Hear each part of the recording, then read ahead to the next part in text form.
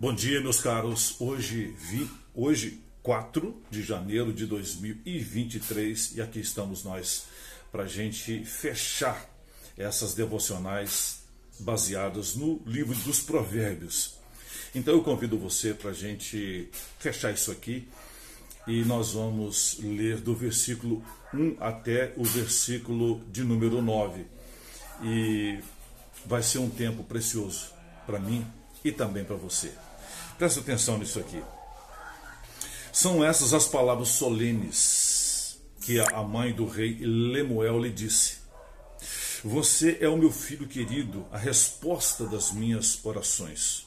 O que lhe direi? Não gaste toda a sua energia, nem todo o seu dinheiro com mulheres, pois até reis já se destruíram assim. Escute, Lemuel, os reis não devem beber vinho nem outras bebidas alcoólicas. Quando eles bebem, não lembram das leis e esquecem os direitos dos que são explorados. As bebidas alcoólicas são para os que estão morrendo, para os que estão na miséria. Que eles bebam e esqueçam que são pobres e infelizes. Fale a favor daqueles que não podem se defender. Proteja os direitos de todos os desamparados. Fale por eles e seja um juiz justo. Proteja os direitos dos pobres e dos necessitados. Olha, aqui nós temos um texto fabuloso. E o meu desejo é que você possa, a partir desse texto, dessas reflexões, você também possa nortear os seus passos, também daqui para frente. Então, o nosso assunto hoje é sobre os conselhos de uma mãe para um filho que se tornou rei. Vamos lá? Então eu convido você para isso. Olha, Lemuel, a palavra Lemuel significa aquele que pertence a Deus. Lemuel é fruto das orações de uma mulher que tinha muito desejo de ser mãe, e ela ora ao Senhor e de fato Deus lhe dá um filho e ela o devolve para Deus, à semelhança de Ana e Samuel. Ela devolve Samuel para o Senhor como um presente que veio de Deus e que voltou para Deus. Mas essa mulher está muito preocupada não apenas com a qualidade de vida do seu filho, mas ela está preocupada com a qualidade de vida do povo que esse filho vai governar. Em outras palavras, ela deseja que esse filho ele faça um governo excelente, extraordinário. E para isso, ela dá a ele 3 conselhos importantes. É o nosso destaque nesse vídeo de hoje. Então, o primeiro conselho que essa mulher dá, a primeira observação que eu faço é o seguinte, é que ela chama esse menino para lhe dar conselhos. O versículo de número 3, ela diz o seguinte: o que eu vou dizer para você, meu filho? O que eu vou lhe dizer? Então, a primeira coisa que eu observo é o seguinte, ela está pronta para dar ele conselhos.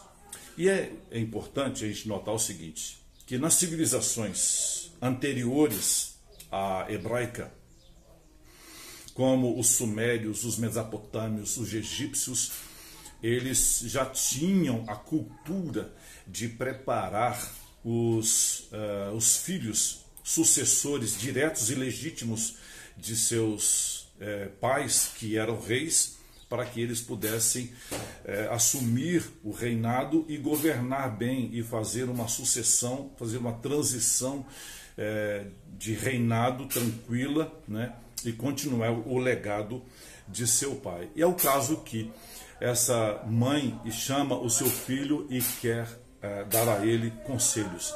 É importante então lembrar que também em Israel e naquela região havia também esse cuidado.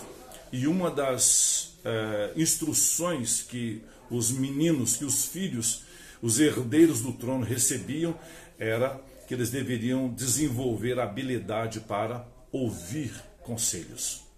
Afinal de contas, um rei não governa sozinho, né? Ele precisa do primeiro escalão, segundo escalão, terceiro escalão e assim por diante. E o que essa mãe mostra aqui para nós é que ela também ela está de olho no seu filho, na sua família, no seu filho e também na nação.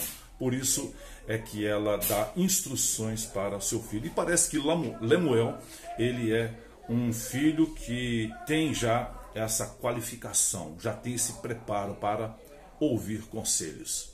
Outra coisa que eu observo aqui nesse texto é que o conselho dessa mãe é para que ele, enquanto rei, ele seja um rei que tenha domínio próprio, especialmente em duas áreas, no que diz respeito à libertinagem sexual e também às bebedices, né? Afinal de contas, essa mulher, ela provavelmente, se não foi uma testemunha ocular do reinado de Salomão, que foi marcado por libertinagem sexual e também por bebedices, muitas festas, muitas orgias, e teve um fim melancólico, uma economia estraçalhada e a política externa também frangalhos. Então ela não queria que o seu filho pudesse terminar no seu reinado assim. Por isso ela, ao ver aquele fim melancólico do reinado de Salomão, ela está prevenindo o seu filho para que ele seja um rei, ou seja, um governante que tenha domínio próprio. Não se envolva com isso, porque tanto a libertinagem, segundo ela, a libertinagem sexual e as bebedices, né, o envolvimento com o alcoolismo, eles podem prejudicar severamente a maneira como ele pode governar com justiça, com verdade, com equidade, administrar bem a coisa pública. E ela vai fazer aqui um contraponto seguinte: olha, não se envolva com bebedices, porque a bebedice ela é para os pobres e os necessitados, para os que sofrem, para os que estão na miséria, para aqueles que não têm nada. Então que eles se envolvam com isso, né?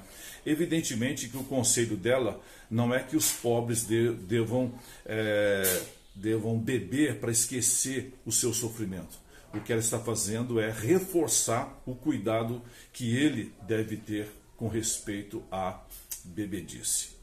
Outra coisa importante que outro conselho importante que essa mãe vai dar para o seu filho diz respeito ao zelo que ele deve ter. Ele deve ser o protetor do direito e o promotor da justiça no país. Observe aqui os versos 8 e 9. Fale a favor daqueles que não podem se defender.